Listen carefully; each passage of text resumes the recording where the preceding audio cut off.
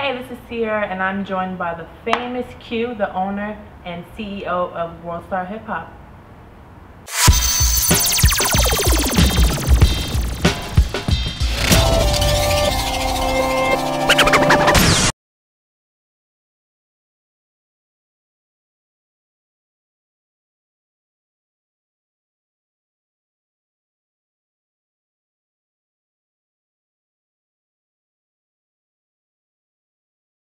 For all of those that don't know, that don't really know you, how did you come up with the idea of WorldStar?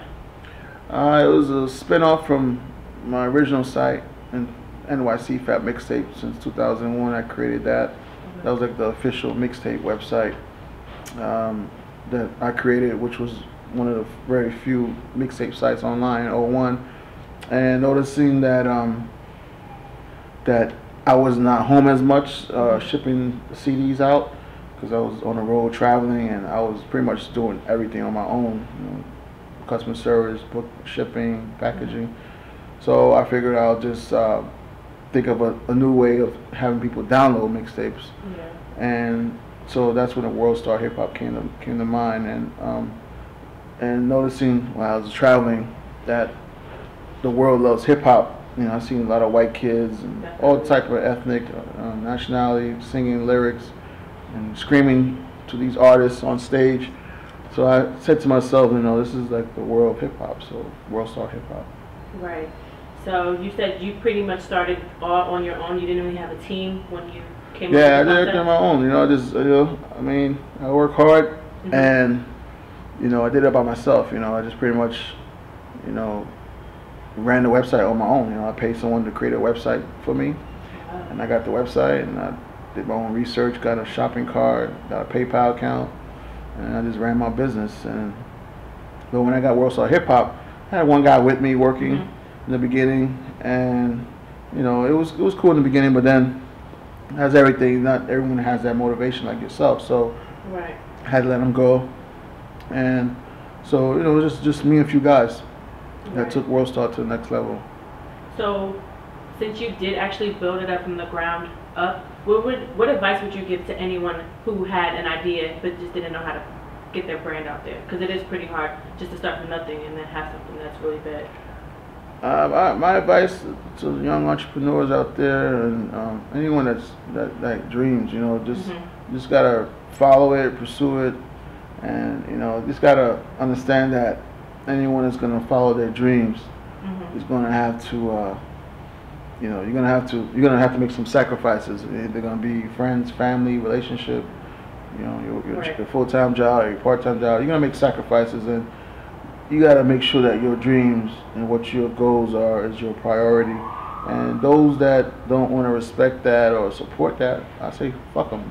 You know what I'm saying? You gotta have that mindset. Yeah, it's hard. People don't want to break up with their boyfriend or girlfriend, and they want to put them before their goals or dreams. And I tell them, don't ever do that, because that's you don't know what the future lies for that relationship. So you have to, anyone that supports you and really truly love you genuinely will have your back. Definitely. So I read that on an actual different interview. I read that you dropped out of high school. Is that true? Yep. Okay. So how do you feel like that, I guess, shaped where you were? Because I know without your degree, I know you were probably like, well, what am I going to do? Which way am I going to go? Did that actually affect your ideas in any way? Like you said, you had your mixtape website, and then you eventually came about to WorldStar. Yeah, when I dropped out of high school, I figured I was still in 7th grade for 3 years. So I'm like, okay, I'm seeing people, my friends graduate, moving up. So I figured school wasn't for me, because I'm not gonna make any excuses. I went to a bad school, and the school system wasn't right that I went to. The teacher wasn't gaining respect from the students. You know what I'm saying? Yeah, so, as usual. And I'm figuring like everyone's just bullshitting and throwing paper balls, playing, skipping class, and I wasn't the type that's gonna sit in front of class and just listen. And I was, I was a badass too, so I just didn't take school seriously. I was all more focused on making money, and I feel like the school was teaching us stuff that's not going to prepare me for tomorrow. Like, exactly. A lot of people do feel like that these days.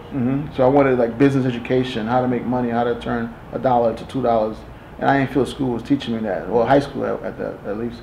So it was just, I just didn't feel motivated. I didn't feel like they were trying to help me grow as a person, like how to balance a checkbook, and how to manage your money, how to handle finance, and how to do this. So I wasn't interested in what they were teaching. So I just wasted my time. I said, you know what, I'm just gonna go get my GED to make my mom happy.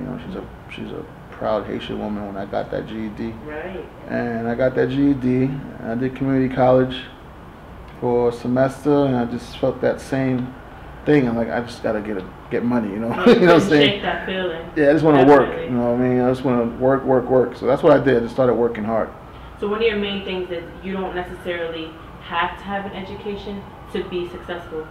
I guess, education is important, obviously, but if you don't take that route, there still are opportunities. So that's pretty much what you want, like the kids to know and everything. Yeah, self-teaching. To the kids today, like, if you're gonna take that shortcut, you gotta read books. You gotta self-educate yourself, and you just can't just say, oh, Q dropped out, so I can drop out. You gotta, say he made it. You gotta, I did a lot of reading and studies, and read autobiography books about how other entrepreneurs made it, and also business stuff. You gotta stay in tune. You gotta read up on business and educate yourself, and you'll be fine.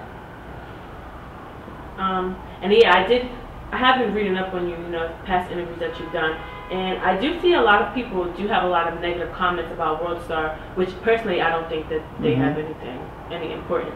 How do you handle like the negative comments that you do get from WorldStar? Well, I just figure like, I see other greats out there that's walking the earth, or deceased, whatever.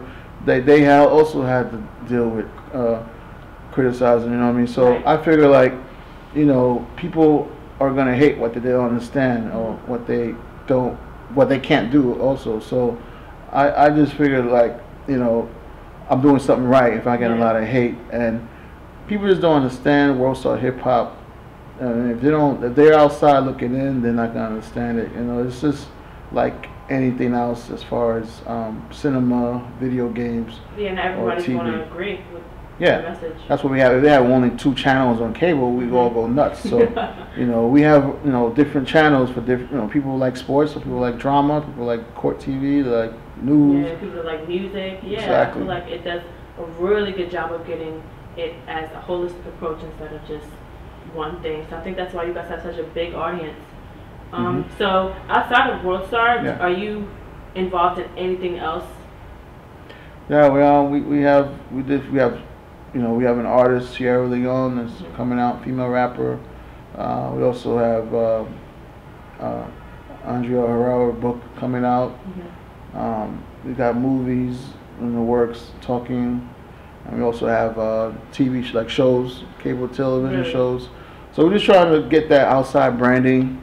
Right. We also involved with WorldStar Boxing, try to get more, get into the boxers and do some things with them as well. And since we're, dominating the internet wave, there's no reason why we don't take it outside and do some more outside branding and get the name bigger. Right. So you do speak about outside branding.